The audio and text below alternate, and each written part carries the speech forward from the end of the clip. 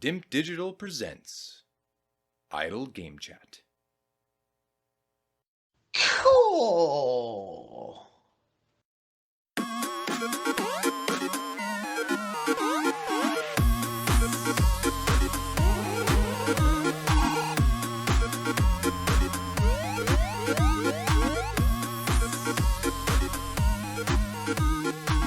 Hello, apps here from Dimp Digital. Welcome to Idle Game Chat. This is Dimp Digital's flagship video game podcast where we take you through the ups and downs of the wonderful world of video games. We're here on your favourite podcast app and YouTube absolutely free. However, if you do want to support this grassroots independent endeavour, head over to patreon.com/Dimp Digital and join the community. Hashtag hand in pocket.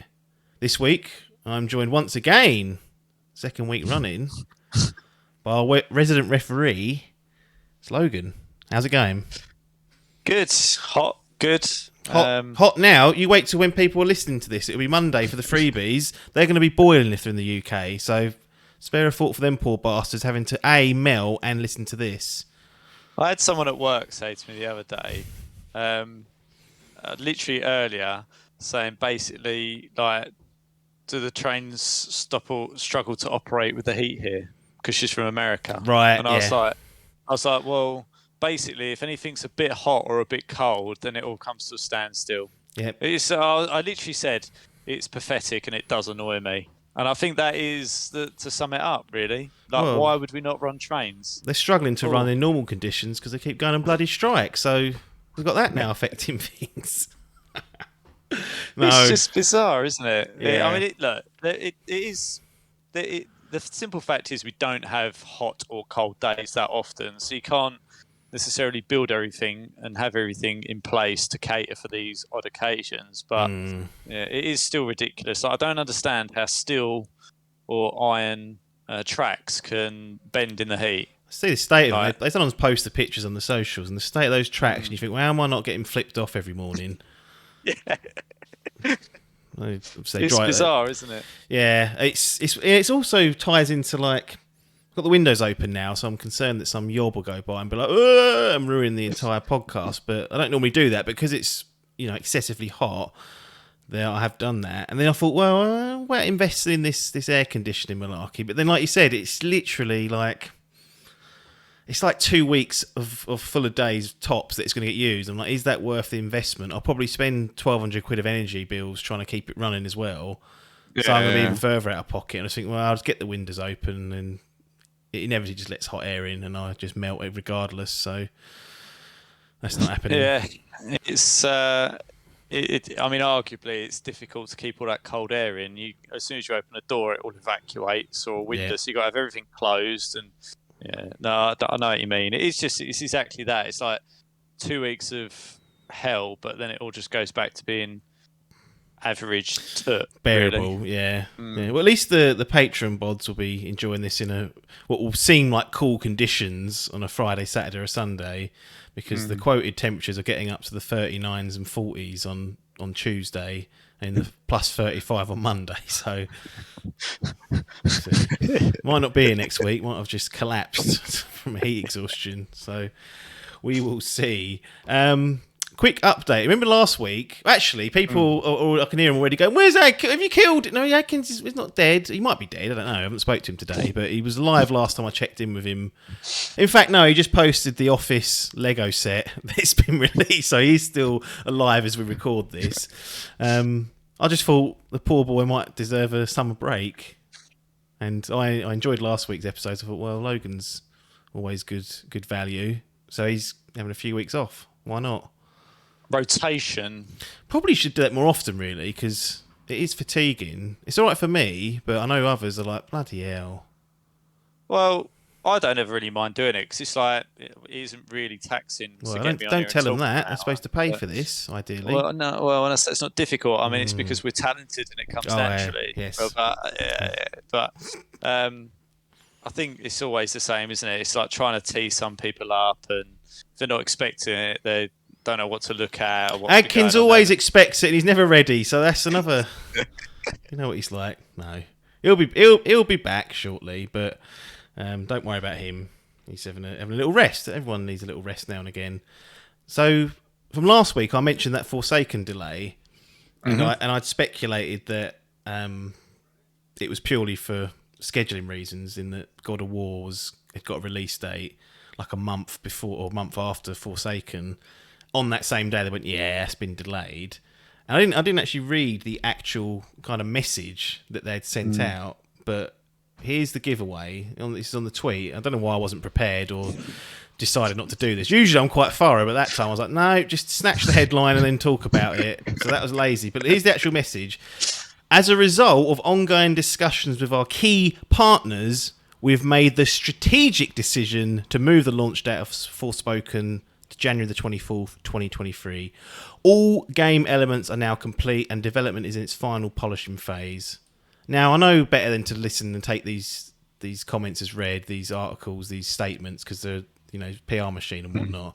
But that's, to me, indicates quite clearly that they at least want to peddle the narrative that it was going to be ready, and that a strategic partner has decided that, it might be better for all parties if you don't release near God of War, because we're going to be doing the marketing for both games, and one of them we care about more than your Forsaken. It was Forspoken, so I wanted to sneak that in. I think that's fair, isn't it? Yeah. I mean, if you're going up against one of the biggest IPs, then it's probably not going to. You're probably thinking, I could do about that. That's not going to give us the best chance of success, is it? No. So, and Sony have paid them for exclusivity as well, so it behooves them to have two games released that close, because the month before that, you've got The Last of Us Part 1, which they want to peddle. Like, you want to give people some level of breathing space, otherwise people just be like, I'll wait until God of War comes out.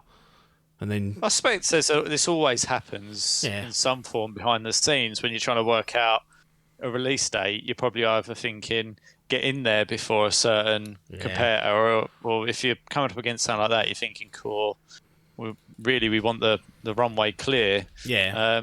So it makes sense. I don't think they should be too upset about that if that is the case. I always remember 2016 because of Titanfall 2 and that releasing. They chuffed it. In EA this is. So EA had Titanfall 2 and that year's Battlefield, released them 2 weeks apart, and then COD was closely by as well. It was like a 4 week gap where those three games all released. And guess what bombed? Titanfall 2. And that was the end of that. We haven't seen it since. We've got Apex. Thank you. So yeah. Think about it. The thing is, you can kind of understand it in a certain way. I reckon there's an arrogance that they back their game. Yeah. Like 100%. But it's like when you actually look at it and you take yourself out of the goggle vision of your own game, you're never going to, especially against Call of Duty, it's always going to be a tough run. Yeah. And you always knew that Titanfall 2 was below. You think, come on. But no, they shot themselves in the foot. And still to this day, I've not really played that. Have you done the campaign? No, I did get it and I started it, but I was just a bit like, I know a lot of people, and I think you said it was a good campaign, but I always find it hard to play games that have been out for a while. Yeah. I don't know why. It's like, you like the zeitgeist, but I suppose with that game, I know the campaign's standalone, but one of the main appeals of Titanfall 2 would have been the multiplayer as well, and that's gone. Like, that's not even a factor. So it is just going to be the campaign, which I still think is a worthwhile playthrough as an FPS fan and an offline campaign. But there is a zeitgeist, isn't there, with certain games? If you play it too late, you're kind of like, I've missed it for so long. It's been, that'll be 6 years. Like, I can live without it now. Yeah, basically. And it shouldn't be that way. And I think that there's some. I think when I played it, I just found it a bit old. I don't know why. I think it was a couple of years ago I tried to play it, and even that would have been like 4 years old. And I just think there was some of the mechanics that just felt aged, and I was just like, I just wasn't enjoying it that much. It's strange. I was just like, it's not horrific, but I think I didn't really like the battles and stuff in it particularly either. I found that a bit boring, to be honest. Yeah. Weirdly. Fair enough. Well, that's that. That's my view on Forspoken. Just trying to pat myself on the back, but people saying there's no chance that ever happened. I'm like, well, You can have your opinion. Goodbye. The Division Resurgence. Now I can already hear again people go, "Oh, what are you talking about that again? Like, what's the Division getting involved for?" And I'm like, well, hang on a minute. There is a thread here. So me and Logan are actually playing through the Division 2 at the moment. So the timing once again seems to have worked out for us in that we're maybe halfway. I think we're level 16 or 17, and it's level 30, I believe. It's like the story stuff. So we're maybe halfway through. We're doing quite a thorough job of it, and we're doing like a proper clear down at the moment. Whether we do fatigue into breakneck speed in the latter part is still up for debate, but we're being quite conservative, just putting in 2 hour or so slots. When we get fed up, we just say, right, I've had enough today, and walk off. We don't sit there for 6 hours like Outriders and get shirty with the game. So that's a lesson learned, that, wasn't it? Yeah, we're being quite disciplined with it, which I think is a good way to tackle these games because there's a lot to do. And the clear down doesn't feel quite as big a task because it's just being done over many, many weeks. Anyway, Ubisoft announced a mobile version of The Division is coming called Resurgence, and I want to get your opinion. You've seen the videos that they've posted, the walkthrough. What are we looking at here? Any potential? Well, if they keep calling it Resurgence, then no, because it's like, why are we not pronouncing it right? Resurgence. You resurge, you don't resurge. It's really annoying me. I don't know why. Maybe I'll get corrected on that by the audience, but I'm pretty sure I'm right on that. I don't know. It's me. Yeah. So I watched the videos, the release videos from Ubisoft, and it looks better, like graphically and everything. It runs, or at least on what they were showing it was. I don't know what they were running it on, but it looked like it ran well. It had a good frame rate. It was consistent, and it looks remarkably like, a bit of a back to basics kind of. I don't know. I wouldn't even say it's a back to basics, but a little bit of a torn down version of what we're playing at the minute. But it's obviously not as detailed, and it's a bit more graphically basic, but I think for a mobile game you could probably say it looks good. And I think I was quite impressed by that, and the depth that's going to it, and the mechanics and everything seem very similar. Still a cover shooter, and they've basically said they tried to shorten down some of those missions so that you could just quickly jump on, as most people do when they're mobile gaming, jump on 5-10 minutes, do a mission and jump off. But I do have my reservations as to how well the controls. Well, I mean, they said it's adapted, and I was like, yeah, I know you can adapt it, but does it still work? Because largely, I don't like touchscreen shooting games. I don't like Call of Duty Mobile, Fortnite. And I don't like any game like that on a mobile. I just think it absolutely sours the experience. Because it's playable. You play more mobile than I do, for sure. But they're usually traditional mobile games, I'm assuming, that aren't really high in action. Yeah, exactly. Yeah, I mean, my favourite mobile developer is Supercell. Right. Like they have nailed down mobile gaming, I think, and they do these very kind of basic but entertaining games, like a lot of leveling up, a lot of variety, and they are my favourite one. I think they're a Swedish company, but they do Clash of Clans, Clash Royale, right, and a few others, which are incredibly popular mobile games. And I just think they suit mobile down to the ground. I traditionally don't like games that are scaled down, console games, PC games that are scaled down onto mobile devices. I just don't think the touchscreen works. I can hear the crowd shouting, or you can get controllers and things, and it's like, well, if we're doing that, then I might as well just use my console. I don't understand why I would get one of these control holders and put my phone on the top of the controller and play like that, because surely if I've got the controller with me, you might have gone away somewhere, gone to like Centre Parks and gone, family's out swimming, I couldn't be bothered today, it's too hot again because there's no aircon there. And then you thought, well, what have I got? I haven't bought the Switch because that don't get switched on anymore. I've never seen anyone doing this. I haven't either, to be fair. I've never seen anyone get on the train and think, "Oh, do you know what? I'm going to play Call of Duty Mobile on the train today on my controller."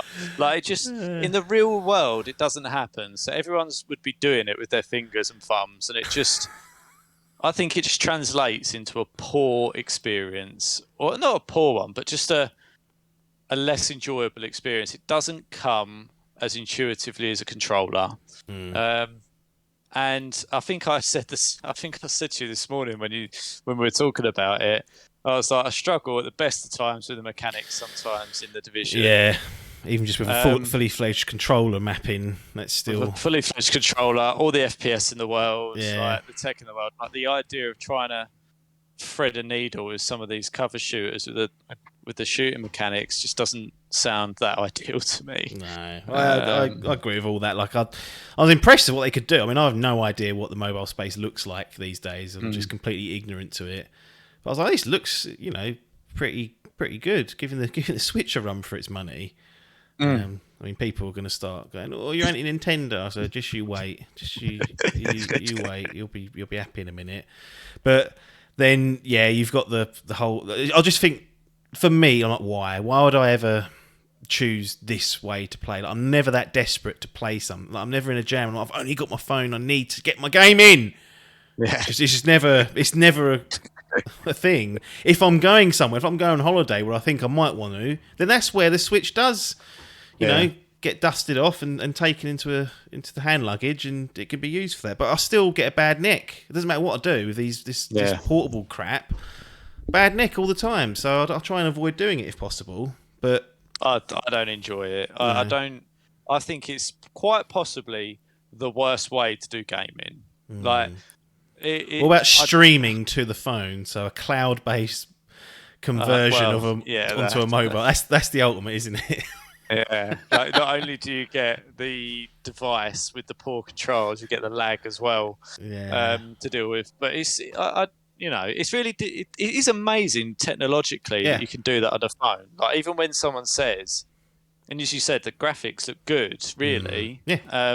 And if you'd have said someone to 10 years ago, you can play Call of Duty, The Division, Fortnite, all these on a mobile device, it really is a testament to the technology more than anything. I think it's quite incredible, but it's still limited by, as you said, I always just look down like that, and as you say, after 20 minutes, you got a bad neck, and that sours it.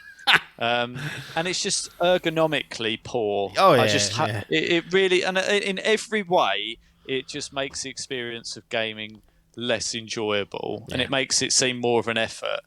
But there must be a market for it, and I can imagine it must be a younger generation, perhaps, that are more tactile than perhaps you or I are, and are much better suited to doing that. I mean, I sometimes think about it. I think, when I think mobile, should I be thinking tablet? Like, would it be more appropriate on a tablet? But if you've tried tablet gaming, it's even holding something that weight, that size with your hands, and it doesn't, because I've been there and tried it, because I've had that dilemma myself. But yeah, there must be a market for it, because Call of Duty Mobile makes absolute bank. I think it's really popular in China from where I was reading up on it. Like, it's huge over there. So that's obviously one market that typically the common narrative is that the Asia markets in particular are all over mobile, whether it's Japan or China or over there. That's obviously a market that's, especially China's a huge number of people. If you can get in there and be successful, you're laughing, aren't you? Whereas for us old Westerners, we're like, well, or old, I'll say old Westerners, because like you said, the youngsters coming up probably like, what are these old fucks moaning about? The thing is, there's people half our age that we're doing this, and that's the reality of it now. And younger, Like, it's just incredible how much. I mean, I think I'm adapted to it, but people that have been brought up with it since they were born, really, are just, it's like second nature. Yeah, 'cause for a long time it wasn't a thing for us, was it? Just the mobile wasn't a thing. Then the mobile came, and it was like, cool, look at all this. bloody typing all this garbage out. Then it was like, well, you're going to get keyboards and all these, this BlackBerry revolution. And then the iPhone come along and was like, nah, you won't be doing that. You'll be using touch screens. Oh, by the way, we've put a mini PC in there so you can do all this other shit. And it was like, what? Yeah, it is. I mean, technologically, what's available now, even on like my handset, which is a budget handset, like what it can run, it can quite happily run Call of Duty Mobile. It's got no. I've tried it. It's got no issues with it. It's happy with that. So you get, a higher end, mid to high end phone, and it's the capability is incredible. Yeah. But it doesn't matter to me what handset you've got. They're all the same shape. They're still the same. I've got a bigger screen. I think I've got like a 6.2 inch screen. Right. And it's one of the bigger ones. And even playing it on that, it's like, this is really too small. What about if they do a Diablo Immortal, and that's the mobile version of Diablo? Apparently that's making fucking bank as well. A few $100 million being churned out of that. I did download that. Yeah. I did. But well, they ported that to PC. So what if they said, look, you can play Division Resurgence on your laptop, and let's live in a world where your laptop isn't 15 years old or whatever it is, and you could do that? Or would you be like, no, this is just the mobile version on a PC, which most people have said about Diablo? Could that ever tempt you if it just appears on, let's say if it appears on the Xbox as well? Yeah. They're like, it's free, you just download it and you have a go at it. Yeah. I'd be more than happy to do that, as long as it's scaled properly and it didn't look like a 360 game. And I still got, this is the trouble, right? It's still got to perform. Otherwise, it's like if I'm with my console, why would I play Call of Duty Mobile over Warzone? Like what? There's no value in that. Well, this is the trouble, right? This is probably why it hasn't come there, because it's like, why would people even bother? But I think it depends. I mean, this story is rich backstory, which is, I think, what I said to you. I was like, it's actually set before the first Division. It's kind of like an Origins prequel to the Division. So I think, on the basis that it's a standalone game with a different story, and it kind of might give me some backstory to what we're doing at the moment, there might be an argument that I'd be more interested in doing that. I think it can't be a bad thing. I think it's also got the potential to be riddled with microtransactions. I mean, if they're putting all this effort into putting something to mobile for free, then there's going to be microtransactions or ads. And I'd rather have microtransactions than ads, because ads are the bane of mobile gaming. But if you can put up with that and you like the mobile gaming, then I think it's a good way to access the Division. But for me personally, it's like, that looks good, but I just couldn't think of anything I'd rather pick up less than do games like that on a mobile, personally. No, that's where I kind of was, but I thought, I know out of most of the people that reside in this Dimp clan or clique that you might be tempted, but it sounds like you're not, so... I like a certain type of mobile games. I like mobile gaming. I think it's a great thing to be able to do, but it has to be the right sort of game.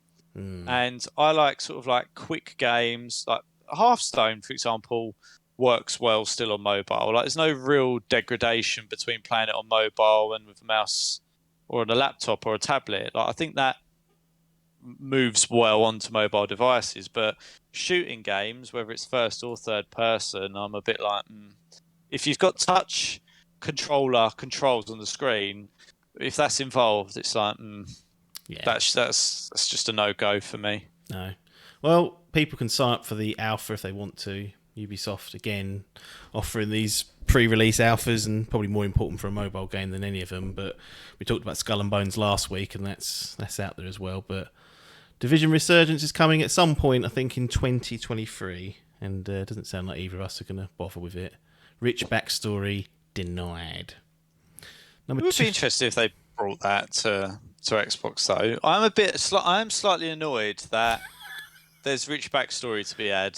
No one's ever annoyed about losing Division rich backstory. You're the first person in the world to say that. You must be.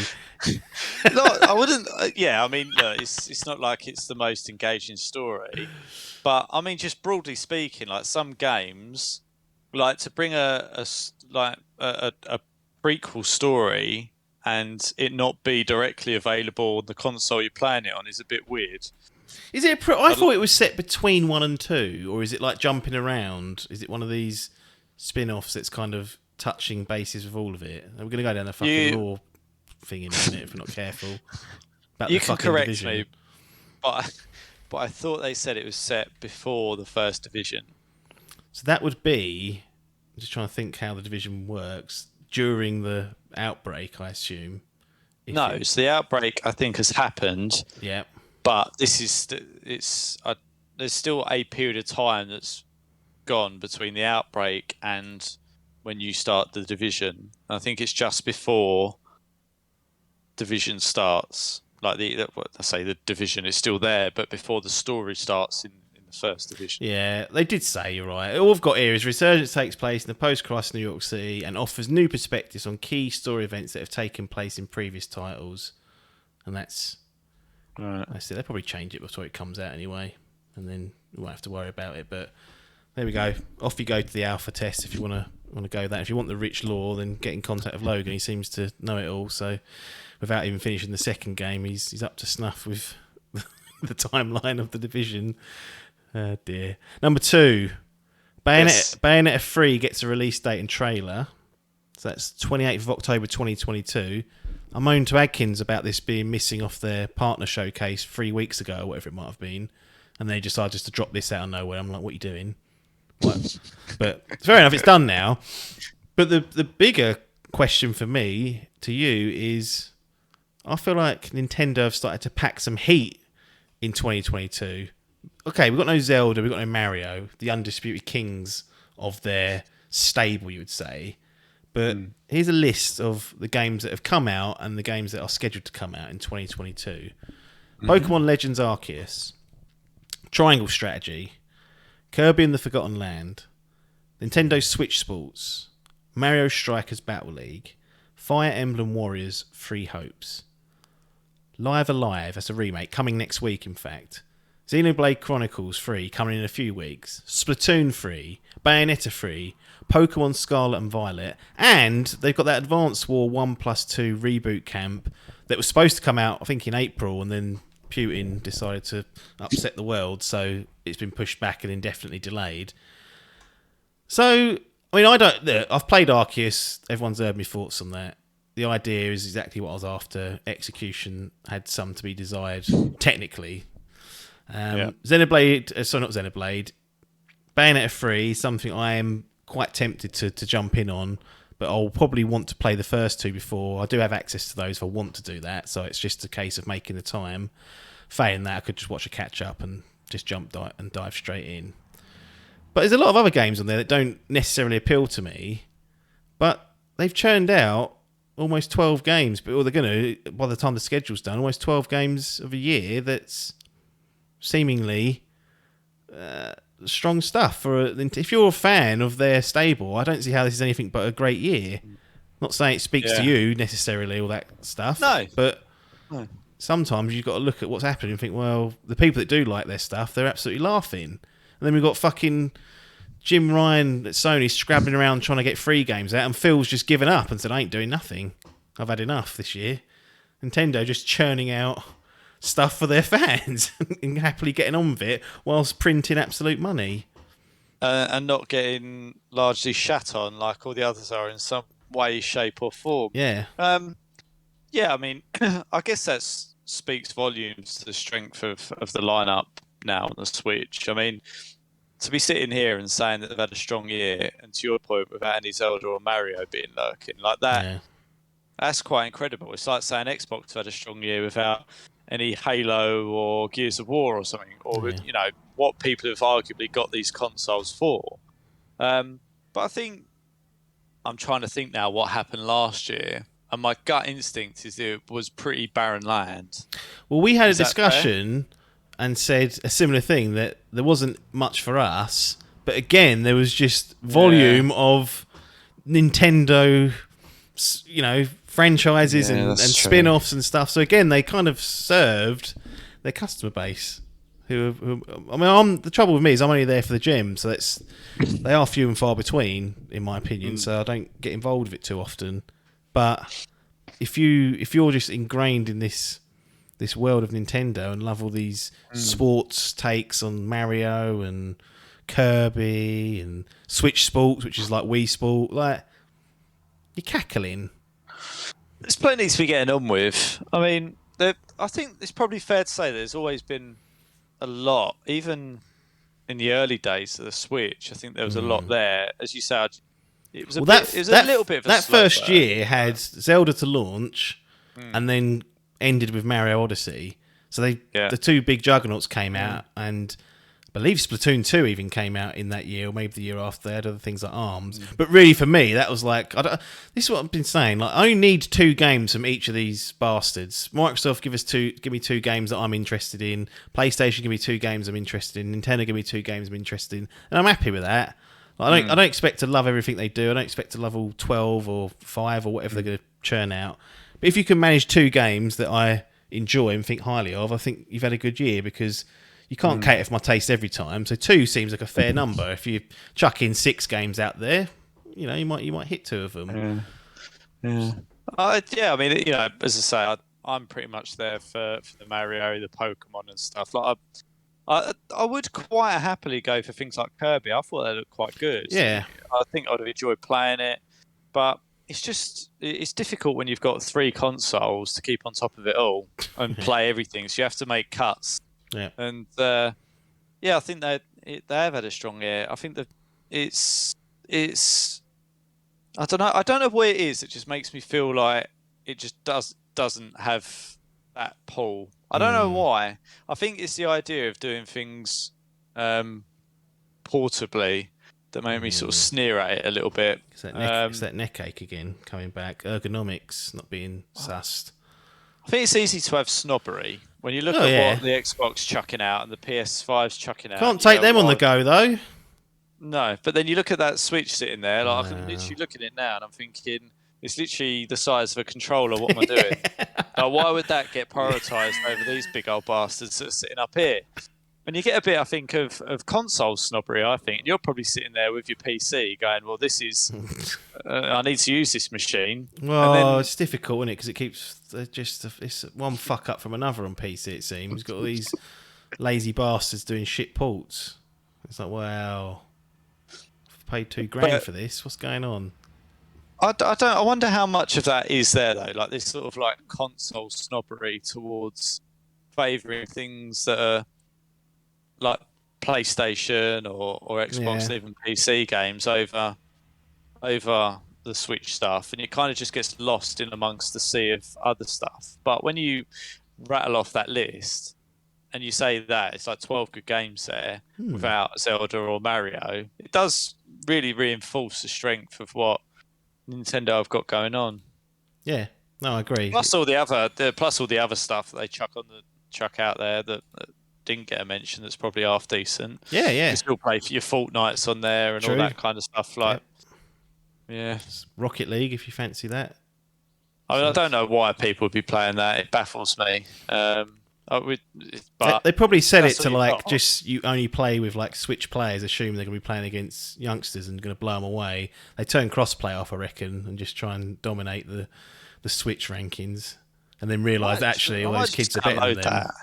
And just see what it's all about. I think you can connect your account up as well and sync it, because Epic, I believe, did some sort of migration, and then you just sign in with your Epic account on their server, and then it goes, "Hello, Logan." You're like, "Right, I'm in."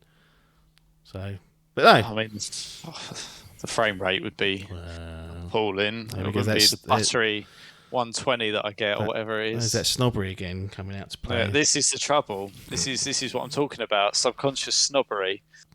Portable handheld, mate. You can take it with you. It's going to have a low baseline, but there we go. Okay.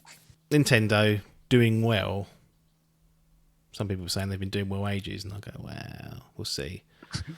Well, what's all this now? Is this a swindle, what I'm about to reel off, or is it genuine goodwill? It's almost certainly a swindle. All these things are. PlayStation Stars. Yeah. An all new loyalty program courtesy of Jim Ryan and the PlayStation crowd. So some of the key elements. It's free to join. So that's the first thing. Tick. I can imagine some people going, well, should we just charge £1 for them to enroll? No, don't just charge £1. Make it free to enroll, you prats. And essentially, you get rewards by completing activities, trophies, things they call campaigns, which I'm assuming going to be set kind of milestones for you to reach. And you'll accrue loyalty points that you can use against PSN wallet stuff. I think you can redeem them against standalone games, DLC, things called digital collectibles, which are like 3D modelled characters and special bits relating to games. And there's mentions of a unique special reward for the first player to get a platinum in their region, which is just gonna... That's going to become a thing, isn't it? You absolutely know there's going to be a zeitgeist of people hunting after that, and people will be interested to see who gets it in each region. So it's quite smart that that's going to get a little bit of coverage. None of the collectible stuff, none of the digital stuff that you can get is NFT or blockchain related. So obviously that's good for the hive mind of the gaming community, because that's people can't be selling that on. No, you're stuck with that. If you got your mod, you just sell the account and then do it that way. You unlock that region first special platinum and then sell that for hundreds and go, well, I've done you over, Jim. I've made a fortune out of that. But the general gist is that it's a loyalty program, and we don't exactly know the mechanics of it yet. It's launching later this year. Nintendo's not version of this, but the loyalty type thing they do is actually quite good. You get 5% of gold points back when you buy a digital game on their store, and then you can use that for your next purchase. So you could, in theory, I've done it a few times, knocked a few quid off a game that I've bought, and over time you kind of build it up. The only stink with their gold points is they expire after a year. So if like me, you are going excessively long without purchasing games, they could be flushed away. That's the kind of only stinker there. And then on the Microsoft side, we've got Microsoft Rewards, which isn't a direct Xbox initiative. In fact, it's for all Microsoft products. But you can earn points for your Microsoft account that you can trade in against Game Pass, or you can go into draws for like Surface Pros or Series X's, and you can earn those points by playing games, achievements. Again, there's like a checklist of things you can do per week, weekly challenges. There's weird other stuff outside of Xbox. You can do Bing surveys.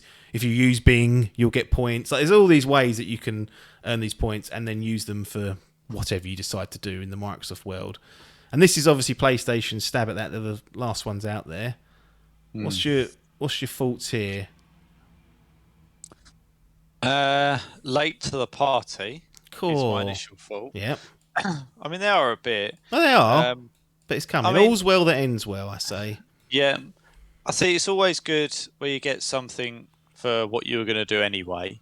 Were you, though? Were you going to hunt down this platinum in your region? Or was that going to cause chaos in people's minds? I mean, do you know what I mean? I'm going to tell everyone right now in this podcast, it ain't happening, so don't bother. You're not going to be the one. You will literally have to be getting it, queuing up at game, getting it, or getting it pre-release. Okay, is this a cynical way of having people pre-purchase games, be there at midnight, just to get the... Do you know what I mean? Like, has someone beyond the scene, some clever data scientist gone, do you know what we could do here? We could really increase our pre-sales and things if we dangle this ridiculous carrot that we know the community will lap up. Oh yeah, I mean, even if you estimated that you could increase day one sales by 1%. Yeah. Like 1%. Thank you. Is for what? You've instantly increased your margin by 1% on that game. Yeah. At that point, so yeah, I think there will be people definitely, or a group of people that are thinking, I can do that. Yeah. I mean, I won't be. Just for clarity. Were you even enroll in it just to have, like, passively, perhaps one day get a $5 off or whatever you get to? So it seems stupid not to, doesn't it? Really, it's like why wouldn't you? I do it for Microsoft Rewards. Yeah. So it's quite good, Microsoft, because it comes up, it literally goes, oh, you've got 4 challenges to hand in. You go turn them in. Thank you. And it does it. Like, literally as easy. I mean, I don't know why once you've done it, it just doesn't just tick it off. Like, why have I got to go there? Yeah, why have you got to gamify the turn in? I don't want to turn it in. Just tick it off. When it's done, tick it off and give me the points, surely. But yeah, it's it's kind of standard fare. I mean, as I say, one thing I'm always mindful of is if something's free. There's a saying, isn't there, that goes, "If something's free, you're the product." Yeah. That data. So yeah, so there. Although it's free, chances are you just got to be aware that you're probably giving them something. But maybe it is just an incentive thing. I mean, loyalty schemes are usually that way inclined. I mean, my Lidl Plus app, I get £12 a month off for every £200 I spend at Lidl, but they get to know my spending habits. Yeah. They get to know what sort of person I am, my demographics, and what I buy. There's a trade-off. Yep. You just have to accept that, be comfortable with it, and get your 3 points. But no, I think it's broadly a good thing, as I say. If you get some nice little pictures and virtual things and whatnot, like, what's the harm? I think it's a good little thing to do. Yeah, I agree. I'll enroll in it, and this is all, again, given that you can levy the points against digital stuff, because I've kind of basically gone down that road not permanently, but mostly like 80-90%. This is appealing because it's like, I'm just going to potentially save a little bit of money later on down the line, because I'll have a fiver here and there to put a purchase against, rather than Jim pulling pants down for 70 quid. I'll get it for 65 and thank him for it. So he's gonna win. He's still gonna win, but I might feel better about it myself when that happens. But yeah, no, I'm surprised. I'm surprised they're doing this, because it does seem like an ag to manage, to track, to like put all the infrastructure in, come up with creative ideas. This isn't just a slapdash. It might be. Maybe it will just be crap, and then you'll realise they've put no effort in. But this feels like a lot of effort for a company that has seemingly done very little to, offer the olive branch to its customers. It's been very business focused, whether it's been raising the price of games or chucking out £10 upgrades for current gen PS4 to PS5 conversions. They've just haven't been very community or customer focused, whereas other well, particularly in Microsoft case, they have. So this just seemed I was a bit like, whoa, is this the start of something new? I suspect it's not. I suspect this is a one-off, and it may well be leading towards something like PlayStation Home. I don't know if you ever remember seeing that on the PS3. Basically, like, you'd go into a shared, like an MMO, but it wasn't a game. You'd have like your own little home. And I'm guessing from this one, you could potentially show off your collectibles that you've earned in your little house. It's this metaverse shit, basically. That's what I'm thinking. Like, where they keep talking about, you spindle down a screen, and I was like, no. But this feels like if that ever happens, they've got their own version where you can go in the PlayStation world and show, look, I've got my platinum trophies all up on. Maybe you could. And to be fair, now I'm talking about setting up a platinum trophy like sort of cabinet. I'm thinking, well, will there be a virtual one? Will there be a virtual one for me to do? Can I go in there and see that again? They're not. They've done me over there. If that happens, I mean, I mean, it's a Japanese company, right? And although it has become very westernised, all the leadership now is true. Got Jimbo. I don't think he's from Essex necessarily, but he's from these shores. I think there might be an eye on that, but I think broadly it sounds like it's going to be a way to incentivize people to. I don't know whether it's more going to be for like third-party games or these titles that are cross-console. It's like you think, oh, maybe I'll do that on my PlayStation account to get my points or whatever it is. It's one of those things. It feels to me as a way to. I mean, it is what it is. It's a loyalty program, right? It's basically you keep coming back and you buy games on our console and you get rewarded for it. So I think there's definitely a business lens to it, but they might be thinking more holistically around those things. But you just don't know, really, do you? They are a bit haphazard with things sometimes, Sony. Maybe this is one of those things where they think, we've done all this stuff that you've referenced there, charging for upgrades and increasing prices of games and stuff. Maybe we should, at least in terms of, the favourite word these days is optics. But basically, from a PR perspective, it's kind of like maybe we should show that we're trying to do something give something back to the community. Yeah. I wonder if it's like take from one hand. Which probably means they've got some dastardly trick up their sleeve in the next 6 to 8 months. They're going to spring on us and annoy everyone. Yeah. Anyway, look, all's well that ends well. I'm not going to change my habits necessarily because of this. I wouldn't have thought so anyway. You never know, do you? When there's potential to earn a couple of quid, maybe you would. But I haven't done it with Microsoft's points, really. I've just naturally just secured them. So it's another layer, and I am tempted to see if they try and like market this first player to get the platinum in their region, just to make it like an event. It feels there's like going to be like a leaderboard thing. There's going to be some kind of like way to do that. Where how they do it, but clearly, I think they're going to. I mean, if I did that and I was the first one to platinum a game in a region, like you would want your name. Yeah. There's going to be streams going off of people trying to go in world's first or region's first platinum. Yeah, it's not as stupid as it sounds. Really, there's definitely people that are tuned into that. But yeah, we'll see how it actually works when it launches later this year. Just sticking briefly on the Sony train, got July's PlayStation Plus Extra and Premium games that have been announced. So this is their subscription model that they've expanded, and they rolled in PlayStation Now basically and unified it. Whatnot. So next week, in fact, we've got Stray coming. So that little kitten game that we were chatting about offline, Final Fantasy VII Remake Intergrade, and Marvel's Avengers. They must. When they get the message that no one wants to play that, even if you give it them. So for me, Stray's a good one. I may mention that later on, but Final Fantasy VII Remake Intergrade's decent. Avengers, as I said, no good. And then they've chucked on a load of PS4 like Assassin's Creed games. There's 5 of these here. There's 2 Saints Row games. So look, that's filler. But for me, there's one game there, which all I'm after is one game a month out of these things, and it's paid itself. So that's what I'm looking at. And Stray is that game.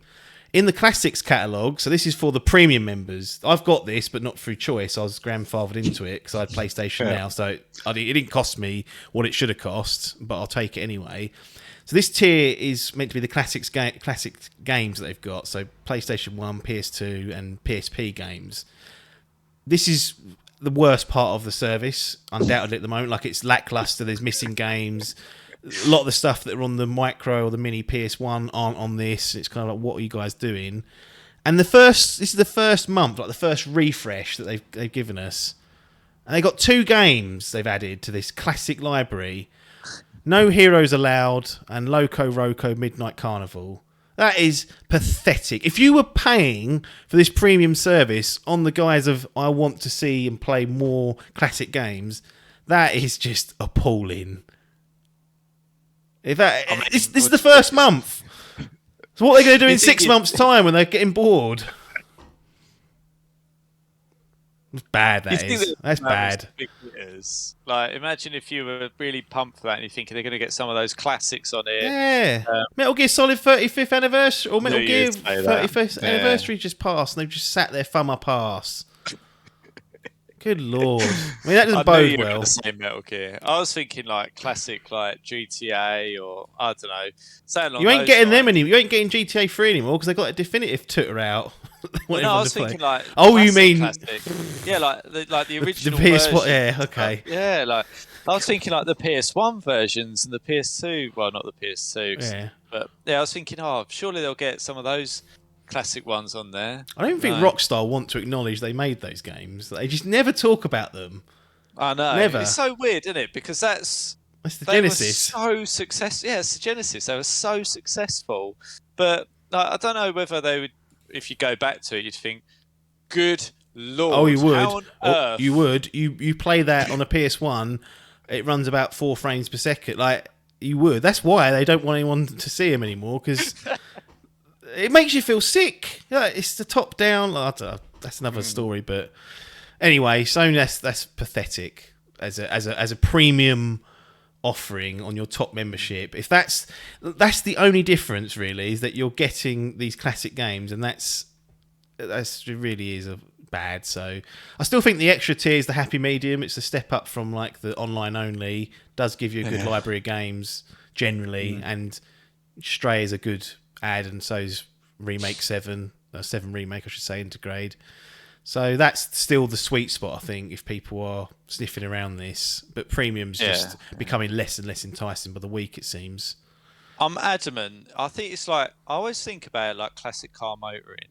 Yeah, and I know this isn't your bad, but basically classic car motoring is nice for a certain day when the car is running in a certain way, but it's largely misery because nothing ever works and it's not how you remembered it. Yeah. And quite frankly, the newer cars are nicer to drive because they're newer and they're more modern.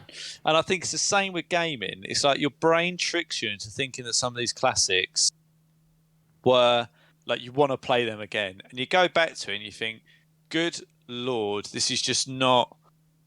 I can't even. My brain can't even. Like I'm sure there are some people that absolutely love it. I know Paper's back into some of his classic stuff and Hall and whatnot, but largely, I think my brain's just trying to trick me. It's about Grand Theft Auto. It's an illusion. It's an illusion. That's why I'm scared to ever play Metal Gear Solid again, just in case. I'm like, oh, this was made in 1998 or whatever it was.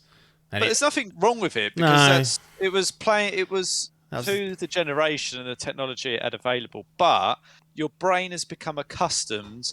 I mean, anything now that's like below 120 frames, I'm like, why is this running like absolute shit? It's just like, it's absolute snobbery. It really is. But your brain just accepts a new normal like that so quickly that anything that is then below it feels appalling. Imagine going, as you say, from like 120 frames down to like 10. It just would feel unplayable. Yeah. And they do clean some of the games up. Like the classic games have got better resolution and whatnot. But you can't fix bad control schemes that were just, we don't know what we're really doing here. We're sort of just guessing that this is how games should be played on these controllers. Some of these were made before analog sticks even existed, so you're going to have to deal with that version. And it's not something I have. You know, whenever this grandfathering stage ends, which is a few years, if I'm going to go month to month or some sort of, actually put hand in pocket, it's going to, at the moment, be on the extra tier. I think so. I agree with that. Yeah. We got some some European, I should say, monthly sales for June. I wanted to just quickly ring over these because we get a lot of the US stuff, but no one really looks at Europe because it is a smaller market. That's where we're based, so it feels appropriate to look at what we're doing in the UK, Germany, France. Are sort of at least geographically closest aligned. I don't know politically if that's the case nowadays. What's going on? Well, they're all being forced to resign and whatnot. So it seems like we are politically aligned. Yeah, maybe we are after all. So this chart displays physical and digital sales from over a dozen European countries. It's close to 20. It's provided by Christopher Dring over at gamesindustry.biz. The only notable absentees are Nintendo and 505 Games on the digital front. So all their physical games are tracked because they go through retail and they can get that, but they do not disclose their digital sales. So I don't know why Nintendo do that. But keep that in mind because it's in many ways it will probably paint a more impressive picture. So 12.8 million games were sold. I should note this is on units sold, not monetary, not how much. Well, there's no the euro. There's too many different currencies in Europe for them to do it.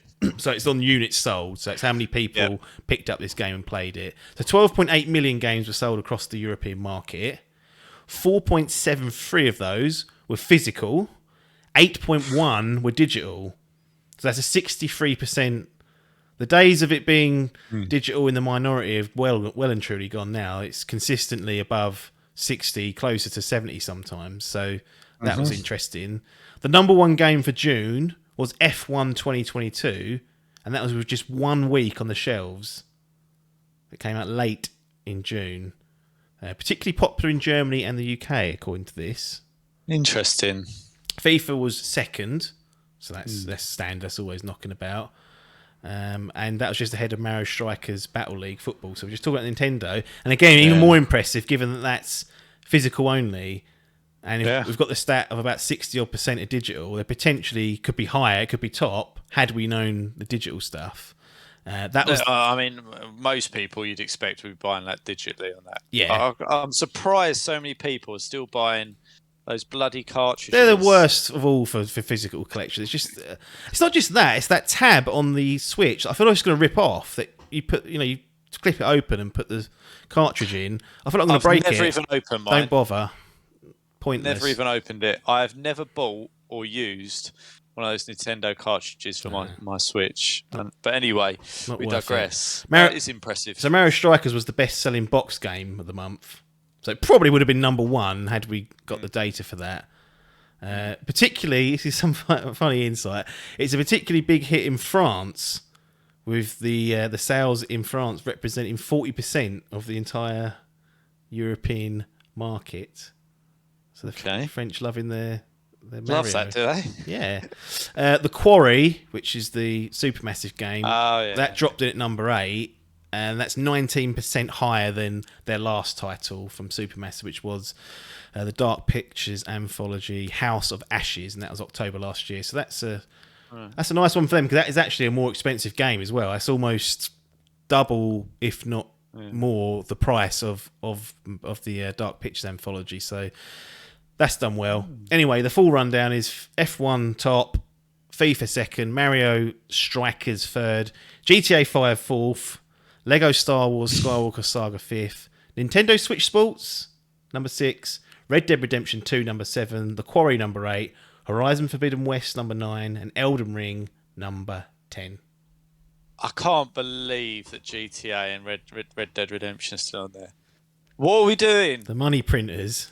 It's unbelievable, isn't it? Yeah, well, I don't know. I'll be interested to see if Red Dead turns out in the next month, because they announced, I think it's this week actually, that they're basically not doing any major updates for Red Dead Online. They're sort of like, we're done with this. It ain't making GTA 5 online money, so we're bidding it. And there was like, the community held like a funeral and stuff in the game. Did they? Yeah. I don't think I ever really got into that. No. I don't know why. You'd think that'd lend itself better to an online mode, but it just really doesn't. I think it's difficult when you've got that sandbox GTA there to go, I don't want any of that. I'd rather have something that's less interesting in Red Dead. Maybe it's just a victim of the fact that they've done GTA so well, perhaps. Yeah, I think so. I absolutely think so. So I sent you a little list of next week's notable releases. You basically abstained from any comment, so I'll just continue with that narrative. But As Dusk Falls and Stray are both coming out next week, both on the 19th of July. One's on Game Pass, one's on PlayStation Plus Extra. They're both going to PC, so if you're on PC, you're eating well. You can access both of those games. But I am looking forward to both of those games. I don't know what I'm going to do in terms of prioritising a playthrough. As Dusk Falls is like a narrative-based, choice-driven adventure game of sorts, and as we mentioned earlier, the Stray is this little game where you're knocking around as the cat, sort of wandering around this weird world that seems to have been overrun by robots.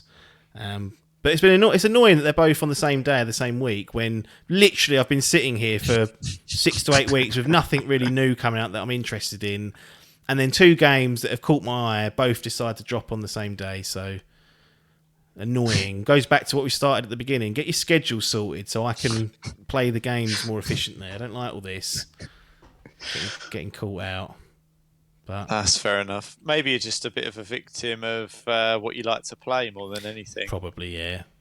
I always state my opinion. It's like, oh, the poor scheduling. They're probably like, do you know how many different tastes people have? Like, for every one person that wants As Dusk Falls, there's about 4 million that don't. Like, it must be. There's no way of them ever catering. Pleasing everyone. I just like it when the stars align for me, and then I celebrate it as some sort of strategic success, even though I'm probably making up like 1% of the entire market. So there we go. I'm looking forward to both of those. No reviews out as we record this, though, so that could all change if they take a bit of a spanking in the scoring front, and there's some issues that haven't been disclosed at this time. Anyway, go on. I was going to say you should stream that Stray. Well, the trouble I've got is PlayStation jobby. I've got to hook up all that capture device again, and it is a massive hassle. But if it ever appears on some sort of PC, it's on PC. I could buy it for PC. I think it's 21 quid, but in the absence of needing to pay for it on PlayStation, I have to take that option, really. I think that's fair. If I'm going to play it at all. But yeah, no rushing for the region's first platinum on Stray for me, unfortunately. But yeah, that'll do it for this week in terms of our news catch up. The audience are going to get treated to Mr. Biff making a long-awaited appearance on the podcast. You're joking. In video form. You're going to see his little worried head sitting there, all scared in his little room, not knowing what to say. He's going to give you a nice, I think about 30 minutes or so. We're talking about SIFU, which released earlier this year. Got some good reception from those in the know. He played for it and finished it. Only person in the Dimp ranks that did that, so I grabbed hold of him. He got that. Yeah, grabbed hold of him and to hear his thoughts. So you're going to hear what he thinks of SIFU. Breaking news. Sony have closed their acquisition of Bungie, so that's now official, that partnership.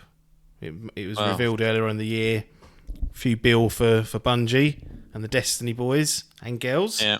And that is officially done and finished now. They actually closed the Haven deal not so long ago. We didn't talk about it because didn't have anything to say. But Bungie is a bit more of a bigger deal, bigger fish to fry there. So Sony wrapping up their acquisition. It's a big acquisition, that is. Yeah. And they've said it's going to stay multi-plat. They're going to keep them independent, etc., like independently sort of operating. So, but we've spoken about this when the reports came out that Sony are looking at publishing 10 live service games in the next 2 to 3 years, and who better to have in your ranks than Destiny and Bungie, who have done it, failed, done it, failed, and done it, and come like they know the cycle of what works and what doesn't work, for better or for worse. They've bled live service and know what is what a good way to do it. It must be one of the reasons why they've gone for them, because it's invaluable experience, really.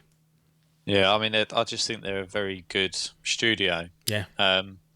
What else can you say? I mean, you look at what's happened with 343 and Halo since they've exited that, and how they've had a go at the live service and they've bungled completely but fucked it up. I was literally reading an article on that this morning, and it's literally like they've just bungled it at every step of the way.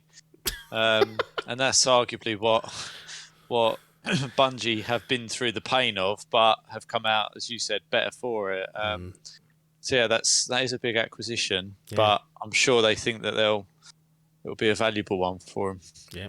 Anyway, we will see you on the other side this time, so enjoy Biff and SIFU. Ta-da. Here we are then. I'm joined by the one-time Fantasy Gaming League Grand Prix winner and the former Fantasy Gaming League champion. It's been a lot. Biff! How's it going? Right, is it good? Yeah, not bad, mate. Not bad. Yourself? Yeah, good, thank you. All the better for speaking to you. What do you think of the nickname Sir Bin a lot then? Because you do bin a lot of games, so it's accurate for one thing. Well, yeah, you know, if you get a nickname, there's normally some sort of truth behind it, and I do bin games, and I will get quite far into a game and then bin it. So yeah, when we spoke, see why the nickname's starting. Me and Adkins have spoken about it plenty of times when you've been playing a game that we have, and you've literally been like 30 minutes away from the end, and you're like, "Yeah, I'm done. I'm just," and it just infuriates me. I remember with Metro Exodus, you nearly did it, and I was like, just play for 10 more minutes and you'll get to the end. Don't worry about the gorillas. They're the last few. You don't need to worry about those. Just get through it, and you'll get to the credits, and then we can have a chat about it. But you, at least I respect your conviction, because you just go, right, I've had enough now, bye.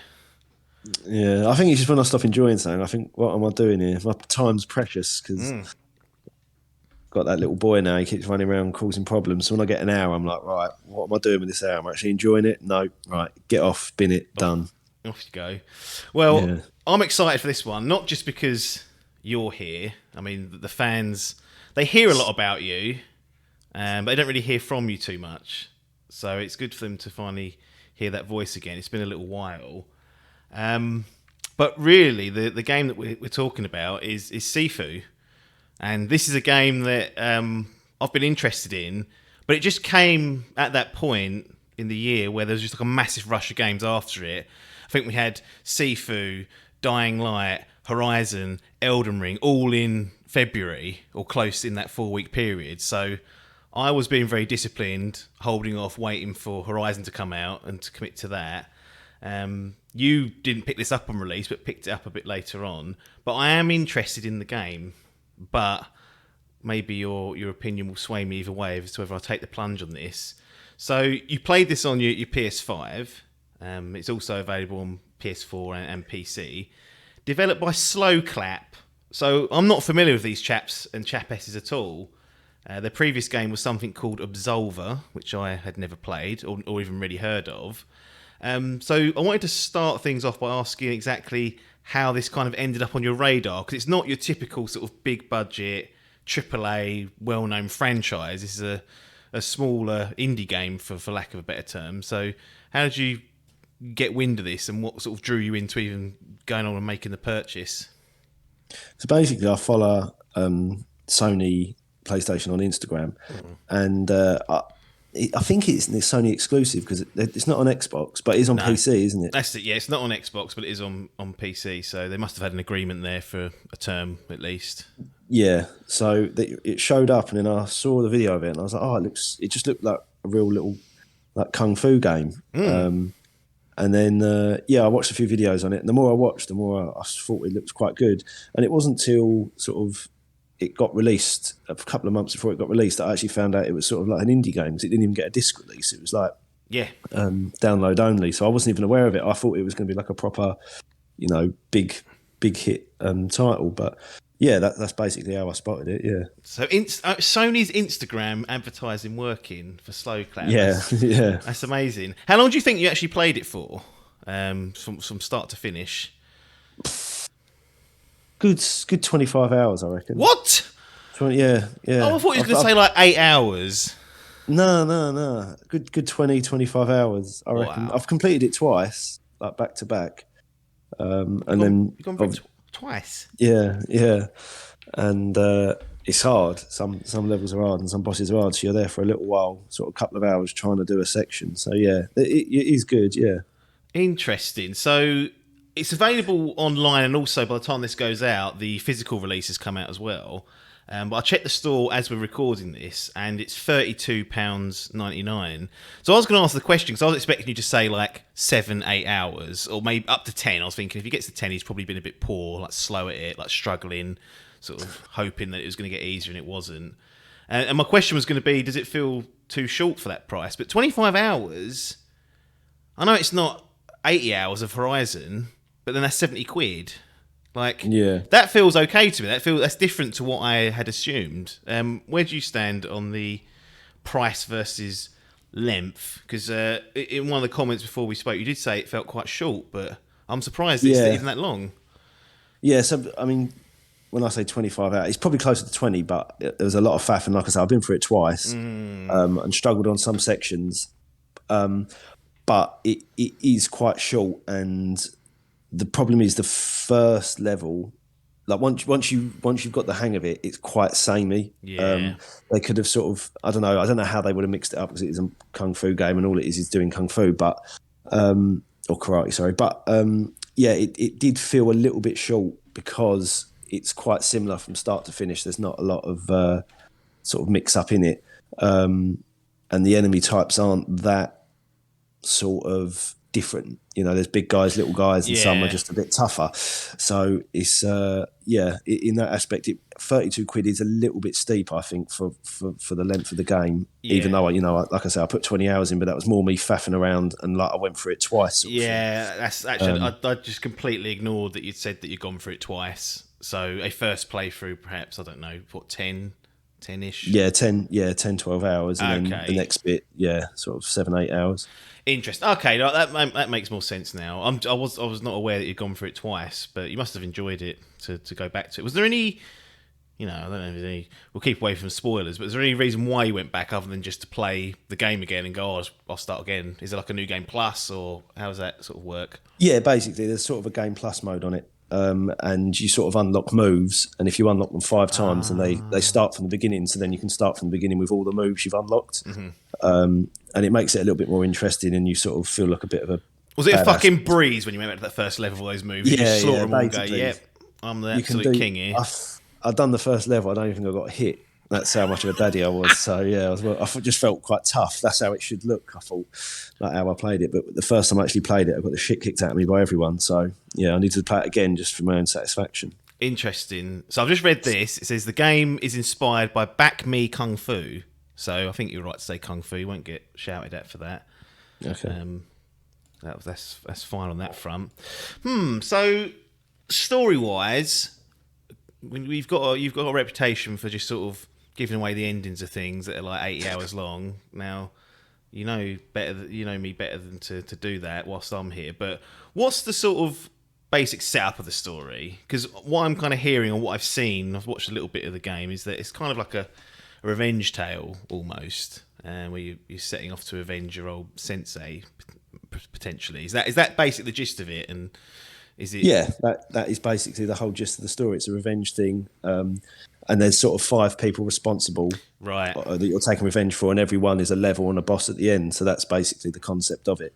nice. What's the story like? Because it doesn't feel like a story-focused game, but does it do enough to sort of satisfy that urge, or could it just be 5 levels with nothing, and you wouldn't really notice? I mean, the story is probably 3 or 4 minutes. So if you took the 3 or 4 minutes out, you're basically, it's not going to make the game. It just gives you you just have a reason why you're going through these different levels. That's basically it. It's a pretty simple concept. You're not going to get to the end and go, that has blown me away. Yeah. What a story that is. Fair enough. But it's just there in the background, yeah. Excellent. So what's this look like graphically? I've seen the videos and people would have seen the videos. When you bung it on your 4K, you've got an OLED, I can't remember what you've got now for that TV. Or yeah. What's it look like when you bashed it on? Because it is a game that's made by, I looked on their website earlier and it's like 30 people, so it's quite a small team, but it looked decent from what I saw. But the game itself, when you get down to playing it, all good. Yeah. It's not going to like break any. You're not going to be clambering up the wall to test your TV on this, but it does look quite good. I didn't really notice any problems with it. It sort of has that sort of comic-y book style about it. It looks a bit like that Spider-Man Into the Spider-Verse. There is a special name for it. I don't know what it is, but where it looks like a comic. Yeah, we don't deal with all that. We get things wrong all the time. We don't. No one. People correct us, and it's like, shut up. No one cares. Yes. We get the gist. Did you have any bugs or crashes or any issues? Because this is normally something that is about the only thing that you can talk about objectively on a game. It's like, how many problems did I have? Did you have any for SIFU? Didn't have a single problem. Not a sausage. Not a thing. That's one of the first games I've had in years where I've not had anything go wrong. That's incredible, isn't it? Considering it's a game made by 30 people and you've got about 300 on most of the big stuff these days. Granted, their scope's bigger, but that's a good thing to hear about. That's excellent news. So the main event of SIFU feels like it is the combat. Like, it looks like some sort of 3D kind of action brawler. Could you sort of talk us through the basic mechanics of the game and how that interacts with the world? How do you have heavy and strong attacks? Can you block? Can you parry? What sort of ideas and things? Can you pick up things and objects? Just have a go at it. Yeah, so basically you just hit the nail on the head. So you have a strong attack, a weak attack. You have a block, parry, and a dodge, and you can use the environment as well if you've learnt that skill. So you can throw chairs, and there's knives and bats and poles and things like that. The whole game is based on the combat. It's really, really, really good, and there's a real flow to it. If you get hit, it can take you. You can sort of deal 6 or 7 people and no problem, get hit, and then you find you're getting hit 4 or 5 times because you've sort of lost your rhythm. It's like a really rhythm. You have to really get into it. And then once you pick it up, it's really, really good, really good. So how would one sort of move between, I don't know, hand-to-hand combat and then picking up a bat? Does it feel differently? Because I've seen videos where you like kicks things at people and you can like interact with the environment as well, like smash people through tables and stuff. And this all flows quite nicely. There's no sort of... Because when I watch it, I think it just can't play that well because there's so much going on, but maybe I'm wrong. At the beginning, you do think they've really messed this up because it's hard to get your head around everything, because if you have a bat in your hand and then there's a bat on the floor, you can push a button and then he'll kick the bat into someone, and then he can throw the bat as well, and then or he can hit the bat, and it's just so much going on, and you're trying to dodge and parry at the same time.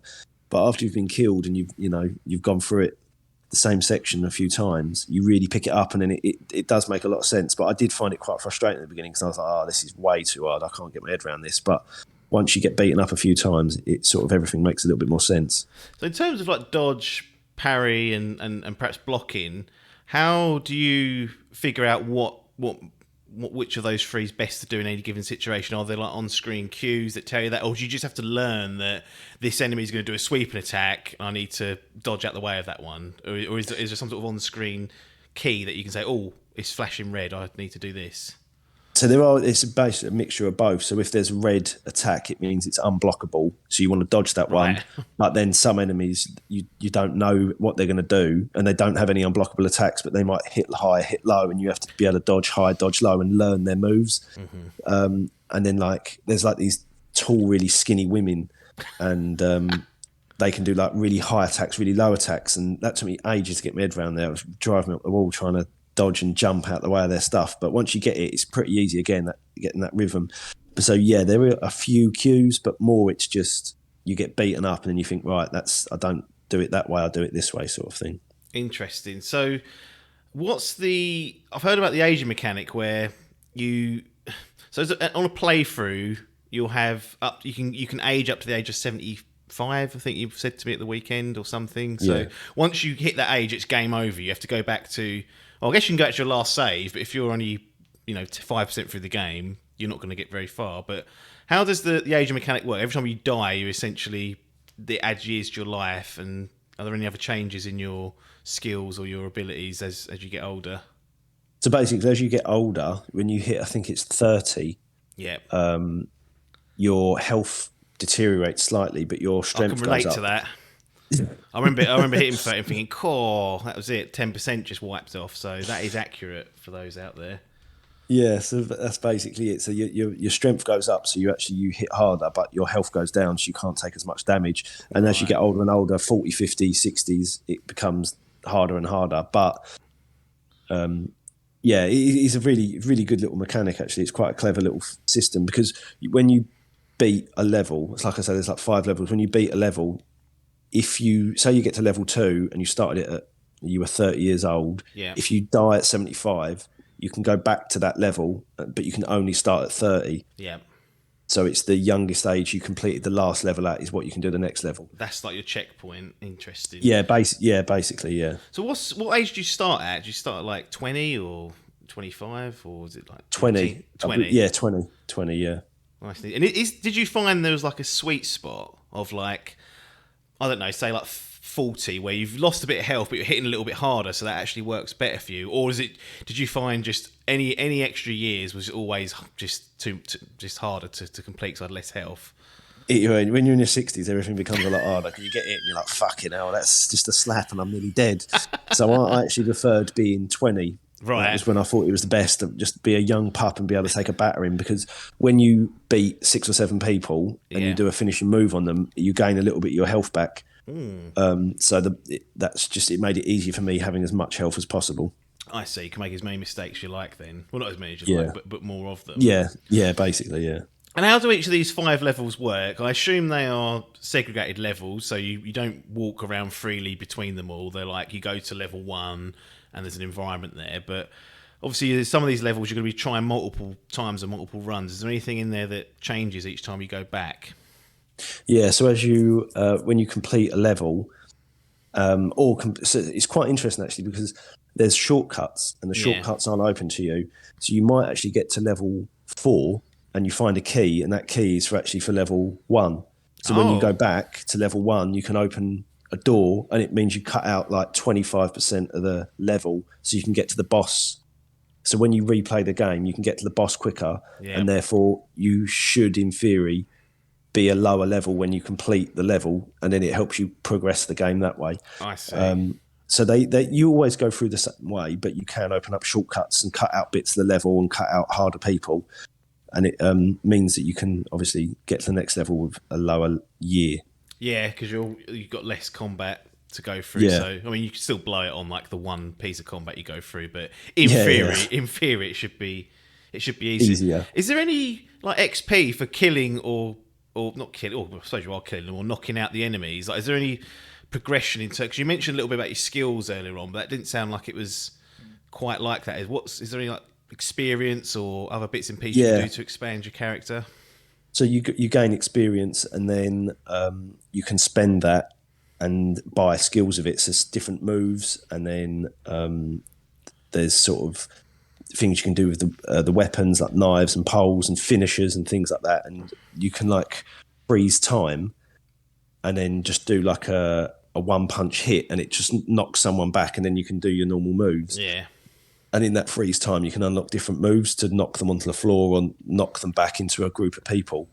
And say it's like, I can't remember now, but it's like 100 XP to unlock it once. Yeah. If you go back, you unlock it 5 times, it's unlocked forever. Okay. So if you die, when you go back, if you've not unlocked it 5 times, you've lost all those skills. So you have to unlock it. So when you die, you then are 20 again, and you've got all the skills that you had when you were 75 in the last playthrough. I see. So was you strategically, like, after a certain period, thinking, right, I've had this same skill 2 times, I quite like it, now next time I die I'm going to make a jog it to the 5th one? Was you like plotting out which ones you wanted to invest those points in as you went through? Yeah, because some things I found I was doing more than others. So stuff with the environment I found really good because it takes off quite a bit of their health. So I was specifically focusing on anything to do with the environment, unlock that skill, because then that would help me out in the game. Lovely jubbly. Look, here's the big question that people want to know the answer to, because they've heard all the rumours, they've heard all the talk down the pub and whatnot. How hard is this game? Because it's frightening people off. There's no two ways about it. I know you're actually someone who puts games on hard optionally at times. I've only ever done that once, and that's for Alien Isolation, because it said the devs recommend this is like the optimal way of playing it. So I was like, all right, I'll do it. But I'll just leave things on normal, 99% of the time. But you're renowned for putting things on hard and then complaining about it being hard. So how did you kind of get on with this one? Because the kind of word on the street is this is a difficult game. So I remember one of the bosses, I quit and I just walked away. I was like, this is not doable. And I remember going downstairs and thinking, I can't do that. That's fucking too hard. And all it is just practice, and you have to just learn. You have to die and learn what they're going to do, and there's no other way to do it. It's a bit like doing Sekiro or one of those horrible games, Bloodborne or something like that. You have to just get your ass kicked, and then you just learn it. And then, like, I think the first 2 bosses, it took me so long, and now I can sort of do them and not even lose a life, sort of without trying to be like the big I am. But I'm just coming across that way. Yeah, I know.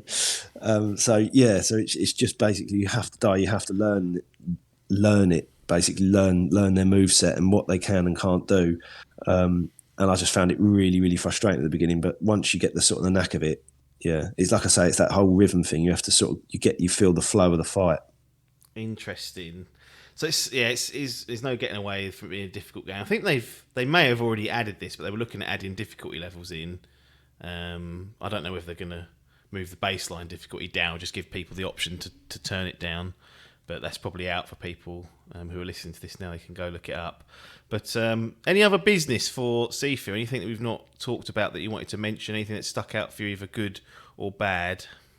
The only thing I found with the game that I was a bit disappointed with, the first 2 levels, one of them is set in it's like a council estate sort of thing. Right. And you sort of go up a spiral and fight different rooms and the blocks. And the next level's in a nightclub.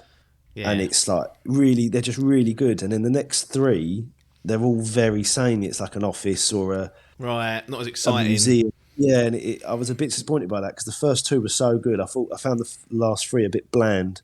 Because they, the nightclub one's amazing. It felt like you're just, I was in like a proper nightclub having a tear up. But yeah, the other 3 I felt was a bit bland and it got a bit boring. But that's my criticism of the game. I thought the last 3 levels were a bit samey. Fair enough. That makes sense, and that'll be something for people to look out for if they're enjoying the first 2. Maybe expect it to sort of plateau a little bit as the game goes. Maybe just quit after the first 2, and then you've played the best part of the game. Let's go. So it's going to the final part of this. Now we've got the system in place, so you can. This is all optional for you. So I'm going to read out your options of what you can do for SIFU. You can give it a platinum, which is a special game, something you'll remember as a favourite for years to come. Gold, a great game, something you'll remember as a highlight for some time. Silver, a good game, something you'll remember as solid and worthwhile. Bronze, a decent game, something you'll remember positively, but with some caveats. So first of all, do you want to recognise SIFU with any of those accolades, and it'll be forever preserved in the Dimp Digital Gaming Gallery, or do you want to chuck it into the bin of the blowers, where it falls off into the gaming void and we just say, well, that's gone now? Sorry, Slow Cap, I know there's only 30 of you, but Biff didn't like it, so it goes in the bin. No, I'd definitely give it a silver. Oh, lovely. I think it's a good game, really good game. It's got its problems, it's not perfect, and it ain't going to blow you away. But although I moaned about it being 32 quid and fairly short, if you're paying 70 quid for a AAA title now, it's well worth 30 quid to go out and just give it a blast. And in a few months' time, it'll probably be less than that. So, by the time you played all the AAA titles, come back to this and you'll get yourself a bargain. But it's well worth playing through. I don't think anyone will be disappointed. Well, I think it's a testament that you went back and played through it again and enjoyed it, because that just shows that, the gameplay must be solid and enjoyable. I know those sort of games where you just feel empowered when you go back and you're like, I'm going to fucking whoop your ass now. After all the fucking headaches you gave me, I'm going to go back and slaughter you. That's definitely something to pick out there. Well, that's SIFU, so it's got itself a nice silver. It'll go up in our gaming gallery. We'll get that, erected, and probably do a museum or something for people to walk around one day once the cash starts rolling in. I did want to get quick thoughts on a couple of games, a couple of big games from earlier in the year. First one, Horizon Forbidden West. Now, you finished this, correct me if I'm wrong. I did. But you did skip through about 80% of the story, is what I'm led to believe. So, quick thoughts, like good, bad, indifferent. What did you like? What didn't you like about Horizon Forbidden West? Because you got to the end of it, and it's a long game. It's not short by any stretch of the imagination, but you expedited that with your with doing the unforgivable for me, and that's skipping cutscenes. But So basically, I thought it was a really good game. I love the gameplay, and graphically, I thought it looked very good, and the combat's excellent, and some are old enemies that were in the last game, but a lot of new ones. But I just found the story so boring. I just thought, oh my god, I can't listen to it. I thought you would, because you mentioned this on the first one, that you hated all the tribal fucking Mother Earth sunlight bollocks, Sun King this, all this crap, and there felt more of it. There is more of it. There is more of it. It's it's set in that world where those tribes are how people operate. There's kind of no getting away from it. I'm on the opposite. I actually quite like all that shit, so I was happy to go through all that. But I had a thought about you when you first started this. I was like, this is very tribe heavy, and I know he's not into all this. So that wasn't a good thing. He still liked all the core combat and the machines. They added a hell of a lot of new machines, which was good, but you still played through to its completion. I'm going to ask you the same question I asked about SIFU. Where would you put it on that little accolade? Would you? Where's it going to go there? Yeah. Because just for reference, the first one you gave a gold. Gold. To be honest, it probably would get a gold. Again, because I played through it, and it's God knows how many hours I put into it. How many hours is it to complete that, do you reckon? I know you've done it the whole shebang. I think seems like 50 hours seems to be 30 to 50 for like normal people, but then you can go up to 80 to 100 depending on how slow you're going. Yeah, so I've probably done 30, 40 hours on it, skipping those cutscenes, but it didn't feel like I was putting 30, 40 hours into it. It sort of flew by. And I always sort of enjoyed it. Even bits where I'd die, I'd think, no, it's not winding me up. I can see why I've died, sort of thing. So I thought it is a solid game, and they did change enough that it kept it sort of fresh. It wasn't sort of like, oh, same old. Just that fucking story. Just Christ alive. So wait, it seems like you're teetering between a silver and a gold here. You're not sure. Yeah. It's half silver, half gold, or silver sprayed gold. You got to commit to one. I'll go gold. I feel arse on SIFU now. Well, it's a high quality game at the end of the day. I enjoyed it, but I enjoyed most of it, which was I wasn't surprised at. And then I have to get your thoughts on Elden Ring because I know you didn't finish this, so you haven't got to go through that rigmarole of trying to, put it in the gallery or whatever you want to do. But you played quite a lot of this from the sounds of things. You had it for a while, went out and 80 hours. 80 hours committed to it and didn't finish it. I mean, you've played through Sekiro, which you got through, finished, completed, didn't get on well with Bloodborne. Gascoigne put you out your misery and you didn't want to go back to him.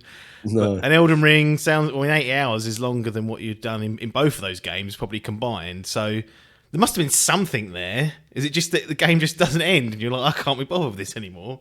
Yeah, you just never feel like you're getting the hang of it. You just feel like you're always getting the shit kicked out of you. For just like when I said like SIFU's hard, there is a point where you learn it and you think, right, I can get through this. I might die a couple of times, but I can get from the end of one level to the other. Yes. It's just fucking brutal. Every time you step into a new room or you see a new enemy, you think, oh, I'm going to die. I'm going to die.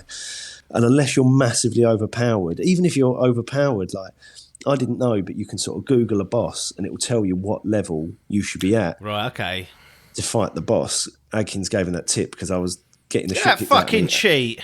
Is this what I mean about the game? People they look everything up. The game don't give you nothing, and they're like, "Well, look it up," and it's like, "Well, sure, that's a failure of the game." Imagine playing it with no internet. Yeah, you wouldn't be able. I wouldn't be able to play it. It'd be impossible. Yeah, and I was like fighting bosses, and I was like 30, 40 levels over the boss, still getting the shit kicked out of me. I just, it got to a point. I was just like, it was enjoyable to a point, and I just thought after 80 hours, I can't do it anymore. I've had my fill. Adkins sort of reckons I was maybe just over halfway, maybe a little bit more than just over that. Three-quarters. Nearly 3/4. So I just thought, I can't do it, put another 30, 40 hours into it. Fuck that. It's fair enough. One of the big things that people have they're praising the game for is the open world. There's no quest markers, for example. It's got that little light of grace to go sort of to the main areas, but you're just sort of left and encouraged to go off and explore.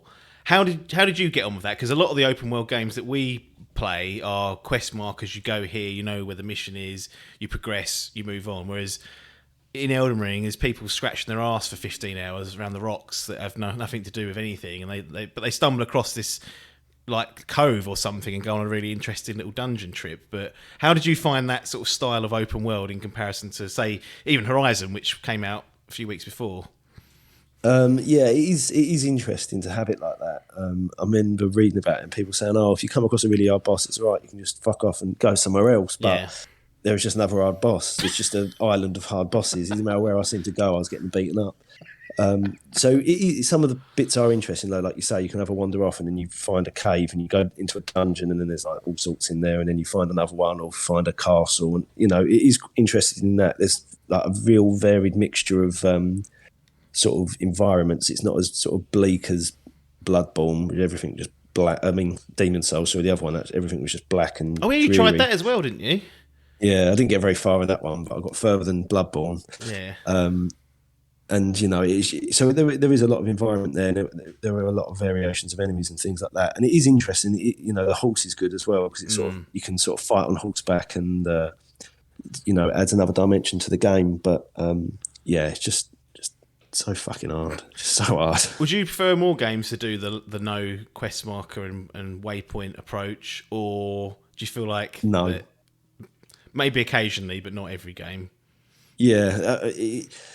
The thing is, it's just like no logic to anything either. Like, you would see a woman and she'd say something really cryptic. Be a riddle. And then about 15 hours later, you'd come to the place, so you'd have to remember what the fucking riddle shit. And I wouldn't even be able to remember where she was. And so, you'd have to Google it. And I just thought it'd help me more if I just had a list of stuff that I had to do. Or I've said, even if they don't want to do that, just log the conversation.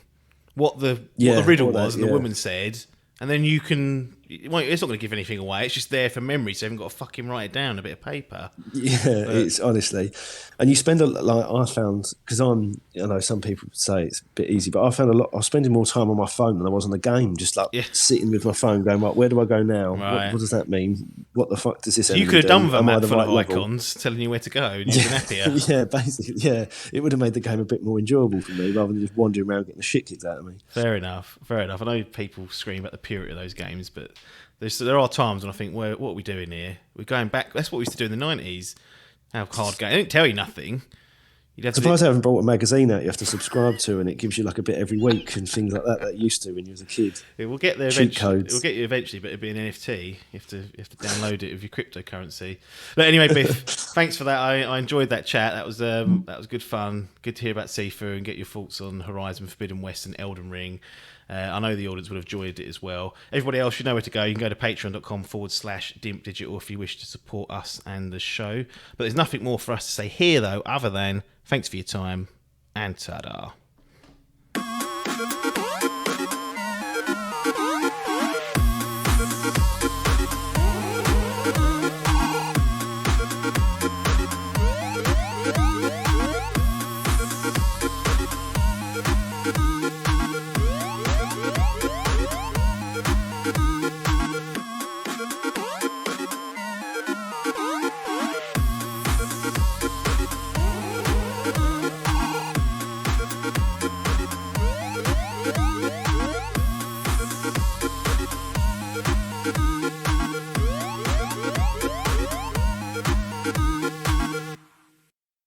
This was a Dimp Digital production.